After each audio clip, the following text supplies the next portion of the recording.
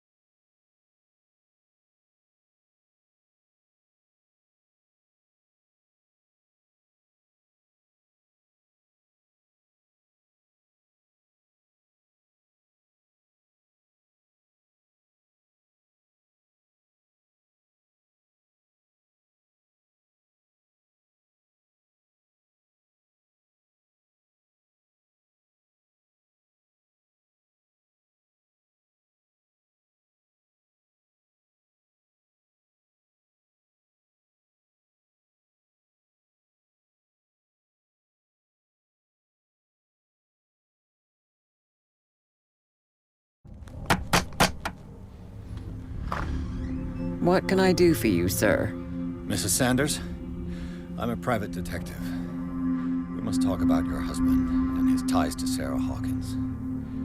Can I come in? You may. However, before we go any further, please know that my husband died yesterday. That is precisely what brings me here. Well, well, look who's here.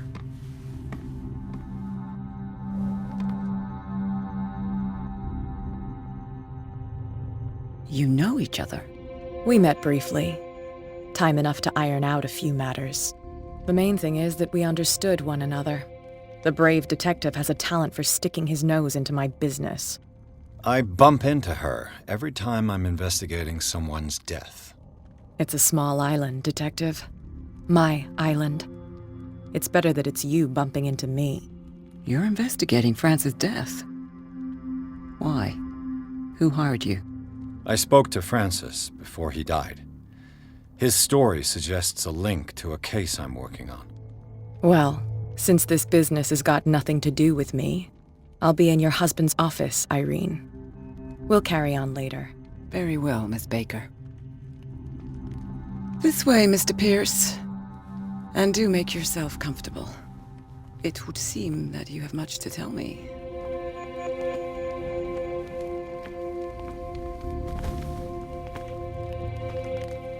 May I inquire as to when you had the opportunity to talk to my husband? Yesterday, I met him at the hospital. He spoke to me about Sarah Hawkins. Oh, of course he spoke to you about her. That's all he talked about. Sarah Hawkins and her paintings. Please forgive my tone. The fact is that I have not been allowed to see him since he was interned.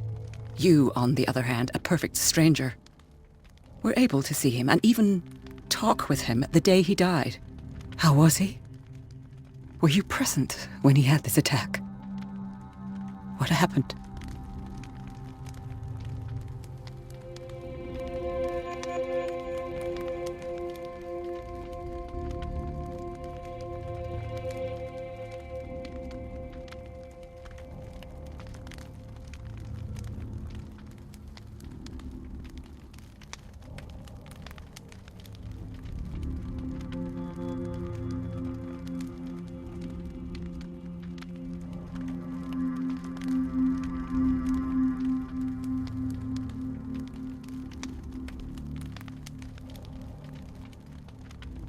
He started raving, screaming that a dimensional shambler had found him.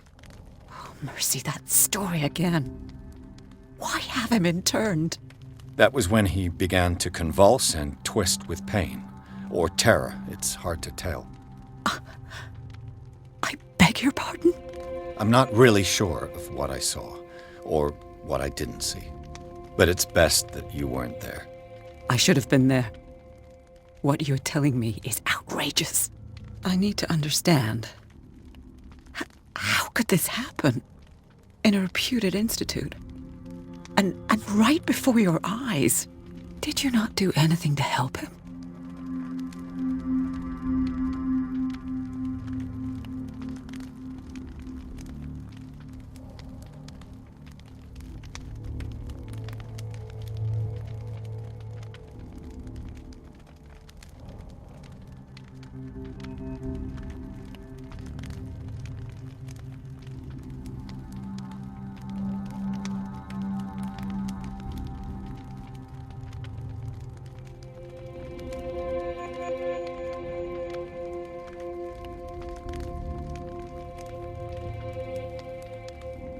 So ask Fuller. He's the eminent doctor.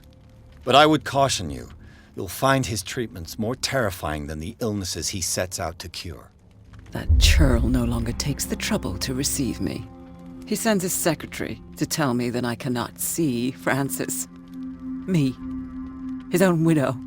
He must think that I am a terrible wife for having abandoned him in such a way. But I only wanted what was best for him. I'm not here to condemn you, Mrs. Sanders. Oh, I'm tired, Mr. Pierce. I would be grateful if you could tell me what you expect of me, and then leave.